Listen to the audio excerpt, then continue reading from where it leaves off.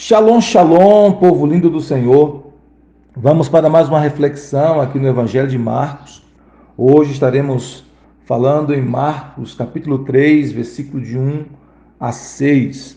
O texto sagrado nos diz assim: De novo, entrou Jesus na sinagoga e estava ali um homem que tinha ressequida uma das mãos. E estavam observando a Jesus para ver se o curaria em dia de sábado, a fim de o acusarem. E disse Jesus ao homem da mão ressequida: Vem para o meio. Então lhes perguntou: É lícito nos sábados fazer o bem ou fazer o mal? Salvar a vida ou tirá-la? Mas eles ficaram em silêncio. Olhando-os ao redor, indignado e conduído com a dureza do seu coração, disse ao homem: Estende a mão. Estendeu-a e a mão lhe foi restaurada. Retirando-se os fariseus, conspiravam logo com os herodianos contra ele, em como lhe tirariam a vida. Texto extraordinário da palavra de Deus nos fala desse encontro deste homem da mão ressequida, da sua mão atrofiada, um homem que precisava de um milagre, de cura. Ele tem um encontro com Jesus ali na sinagoga. E o texto diz no verso 2 que os fariseus, os religiosos da época de Jesus, eles estavam ali, estavam observando a Jesus para ver se Jesus curaria aquele homem em dia de sábado, a fim de o acusarem. Olha só, eles queriam acusar Jesus por fazer o bem, eles queriam acusar Jesus por liberar vida, por liberar milagre, por restaurar a saúde de um homem. Não havia motivo para acusação, mas estavam buscando um meio para acusar Jesus, Porque se Jesus curasse no dia de sábado, segundo a interpretação equivocada que eles faziam da lei do sábado, eles acreditavam que Jesus estava, por assim dizer, quebrando o sábado. Então, eles estavam buscando um motivo para acusar Jesus e buscando um motivo porque Jesus estaria fazendo bem, curando, libertando, abençoando, exercendo misericórdia na vida de uma pessoa. Esse era o motivo para acusarem Jesus. No versículo 3, então, o texto diz: E disse Jesus ao homem da mão ressequida: Vem para o meio. Jesus chama aquele homem para o meio, porque era uma forma também daquele homem que tinha uma necessidade realmente, que precisava de uma intervenção de Deus, reconhecer essa necessidade. Ele precisava reconhecer isso, porque a cura ela começa a acontecer quando há o reconhecimento, Seja em que área for, seja nas emoções, seja fisicamente, seja nas relações familiares, seja na vida espiritual em relação à salvação, é preciso reconhecer. Enquanto a pessoa não reconhece que ela tem uma necessidade, que só Deus pode intervir, que só Deus pode agir, uma necessidade que somente a ação do Senhor pode trazer mudanças, enquanto ela não reconhecer isso, ela não se abre para experimentar o milagre do Senhor, ela não se abre para experimentar o que Deus tem para fazer. Seja na área da salvação, o pecador, ele precisa reconhecer os seus pecados, precisa reconhecer que ele necessita do Salvador, que ele necessita ter um encontro com o Salvador, com Cristo, que só o Senhor Jesus pode perdoar os seus pecados e lhe dar a salvação, a restauração, a reconciliação com o Pai. Seja nas áreas de relacionamentos familiares, por exemplo, a pessoa precisa reconhecer que ela tem uma necessidade em família, que somente o milagre do Senhor, que somente a intervenção do Senhor pode mudar aquela situação no casamento, na família, na criação dos filhos ou em qualquer outra área. Na questão da saúde, na questão emocional, em todas as áreas é preciso haver um reconhecimento. Então, quando Jesus chama este homem, Jesus chama ele para vir para o meio, era uma maneira daquele homem mostrar, revelar a sua necessidade, reconhecer a sua necessidade, reconhecer que realmente precisava de um toque do Senhor, que realmente precisava da intervenção do Senhor.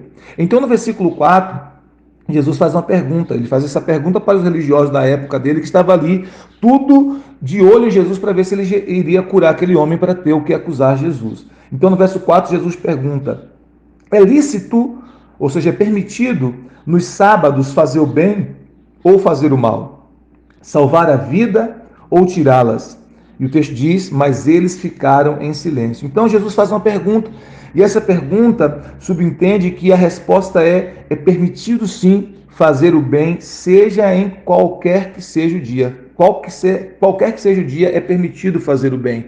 É lícito fazer o bem. Aos olhos de Deus, não importa o dia, nós precisamos estar sempre dispostos a fazer o bem. Precisamos estar sempre dispostos a ser instrumentos de Deus para curar as pessoas, para ministrar, para liberar uma palavra de vida, para ministrar uma oração, para visitar alguém que está enfermo. Todos os dias é dias de fazer o bem, todos os dias é dias de estender misericórdia. E ele fala assim, salvar a vida ou tirá-la. Por quê? Porque omitir-se de fazer o bem é o mesmo que fazer o mal. Omitir-se de fazer o bem, seja em que dia for, é o mesmo que fazer o mal. Deixar de socorrer alguém que precisa de vida, que precisa de socorro, é o mesmo que matar a pessoa, né? Então, aos olhos de Jesus, omitir-se de fazer o bem é o mesmo que fazer o mal. A Bíblia chega a dizer isso, né? Que aquele que sabe fazer o bem e não faz, está cometendo com isso pecado. Então, a omissão também é um pecado. Por isso que Jesus diz aqui, né? É lícito nos sábados fazer o bem ou fazer o mal? Salvar a vida ou tirá-la. Por quê? Porque, na verdade, todos os dias nós precisamos fazer o bem. Sermos instrumentos de Deus para abençoar pessoas, sermos instrumentos de Deus para curar, para libertar, para trazer ânimo, para trazer vida, para levar palavras de salvação para aqueles que precisam. E aí o texto diz que quando Jesus faz essa pergunta para eles, eles ficaram em silêncio. Por quê? O coração deles estavam endurecidos, o coração desses religiosos da época de Jesus estavam endurecidos, o coração deles estavam cheios de ódio, o coração deles não se importava com o ser humano, não se importava com a dor do outro, com o sofrimento do outro, eles só se importavam com a própria religião deles. Isso é muito perigoso quando nós usamos a religião como desculpa para ficarmos ensimesmados, para ficarmos orgulhosos, para olharmos somente para nós e esquecermos do próximo. É muito perigoso, porque a Bíblia nos fala que a religião pura e verdadeira para com Deus é cuidar dos órfãos e das viúvas em suas necessidades, né? E é guardar-se da corrupção do mundo. Então, a gente tem que ter muito cuidado para não usar a religião como uma desculpa para sermos maus, para camuflar a nossa falta de misericórdia, a nossa falta de amor para com o próximo. Então eles ficaram em silêncio. Versículo 5, a Bíblia diz assim, olhando-os ao redor, ou seja, para todos aqueles religiosos, indignado e conduído com a dureza do seu coração, disse ao homem, estende a mão, estendeu-a e a mão lhe foi restaurada. Então o texto diz no verso 5, Jesus olhou ao redor, e ele ficou indignado, ele ficou irado, porque há uma ira santa, né, que indigna o Senhor Jesus. Por exemplo, quando ele entrou no templo e viu ali no templo aquelas pessoas vendendo ali no templo, aquelas pessoas criando uma situação de comércio ali no templo, a Bíblia diz que Jesus ficou indignado e ele fez um chicote, começou a chicotear e expulsar os cambistas ali do templo, né, porque uma ira santa, um zelo santo veio sobre Jesus. Então, há situações que indignam o Senhor. Houve aqui no passado, quando ele estava aqui na terra como homem, e ainda há hoje. Uma dessas coisas é a dureza do coração das pessoas, né? O desejo de não ser misericordioso, de não abençoar, de não ajudar, de não estender as mãos. Então, ele olhou as pessoas ali, aqueles religiosos da época de Jesus, que estavam vestindo a capa da religiosidade, mas não estendiam a mão de misericórdia. O texto diz que ele ficou indignado e conduído com a dureza do coração daquelas pessoas. E o que ele faz? Ele disse ao homem, aquele homem da mão ressequida, aquele homem que estava com a sua mão paralisada, né, atrofiada, e ele disse para aquele homem, estende a mão. E aí a gente vai entender outra lição aqui. É preciso sempre estabelecer fé, é preciso sempre estender a mão para aquele que pode nos curar em fé. Esse estender a mão aqui é um ato de fé, porque ao estender a mão, aquele homem que tinha sua mão enferma, ele estava exercitando a sua fé. Ele estava em um exercício de fé. Eu costumo dizer que a fé é como músculos. Nós precisaremos exercitar a fé, assim como nós precisamos exercitar os nossos músculos. Quanto mais exercitamos os nossos músculos, mais eles crescem. A fé é a mesma coisa. Quando nós exercitamos a nossa fé, ela cresce. E diante de situações adversas, de problemas, de adversidades, como no caso desse homem, de uma enfermidade, nós temos a oportunidade de exercitar a nossa fé. E é quando exercitamos a nossa fé que ela cresce, que ela sai de um nível e entra no outro. Este homem estendeu a mão no exercício de fé para receber o toque de cura. E todas as vezes que nós, seja qual for a necessidade, a deste homem aqui era a cura, mas nós, seja qual for a necessidade, pode ser a necessidade espiritual da salvação, pode ser necessidades emocionais, pode ser na área da saúde física mesmo, como era o caso deste homem, pode ser na área da família, do casamento, seja em qual for a área da necessidade. quando nós estendemos as mãos para o Senhor Jesus em fé. Ele está sempre dizendo, como disse para esse homem, estende as mãos em fé, né? Ele está sempre dizendo isso para nós. Então, quando nós estendemos as nossas mãos para o Senhor em fé, nós recebemos a resposta que nós precisamos. Nós recebemos a intervenção que nós precisamos. Nós recebemos o milagre que nós precisamos. Nem sempre recebemos o que queremos, mas receberemos o que precisamos. Sempre vamos receber da parte do Senhor o que nós realmente necessitamos, o que nós realmente precisamos.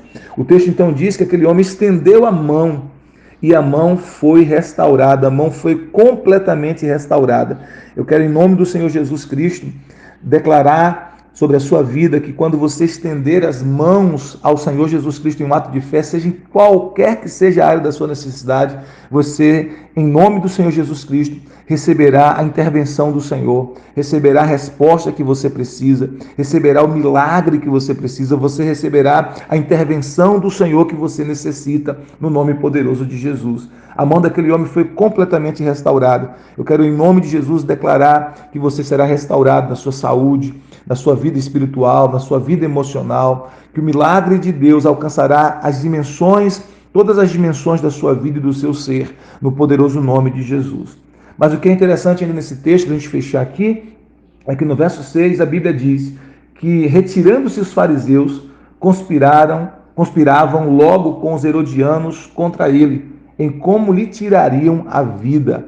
Então os fariseus, eles se juntaram com os herodianos. É interessante isso, porque os fariseus e os herodianos, eles eram inimigos, eles não se batiam, não se gostavam, mas agora eles conspiram juntos, agora eles entram em uma aliança com um propósito único de tirarem a vida de Jesus. E por que eles queriam tirar a vida de Jesus?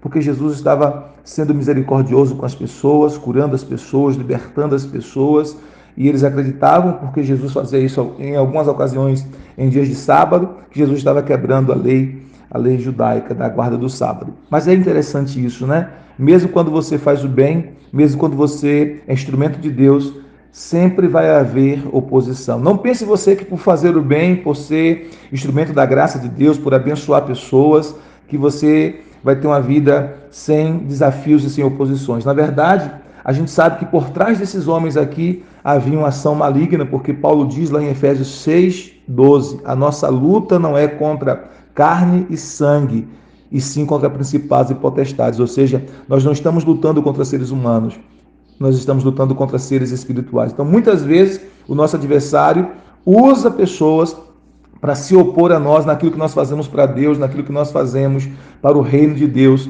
pela graça do Senhor Jesus em nós. Então, assim como houve oposição ao ministério de Jesus, e agora eles estavam conspirando para tirar a vida de Jesus, porque eles acreditavam que Jesus estava ameaçando o domínio deles, Jesus estava ameaçando a autoridade deles como líderes religiosos da época de Jesus. Então sempre haverá oposição. Não se estranhe quando você vê oposição, não se surpreenda, né? Quando você vê oposição ao ministério que Deus deu a você para fazer o bem às pessoas. Então, se Deus levantou você para fazer o bem, para ser um instrumento de graça, para ser instrumento de salvação, instrumento de perdão, instrumento de reconciliação entre Deus e os homens, entre Deus e as pessoas, e entre as pessoas e as pessoas, se Deus tem usado você para coisas grandes, não se surpreenda se houver oposição, se pessoas se levantarem contra você. Permaneça firme no seu propósito, permaneça firme em fidelidade ao Senhor e deixa Deus te usar. Deus lhe dará vitória em meio às oposições. Shalom, shalom, graça e paz.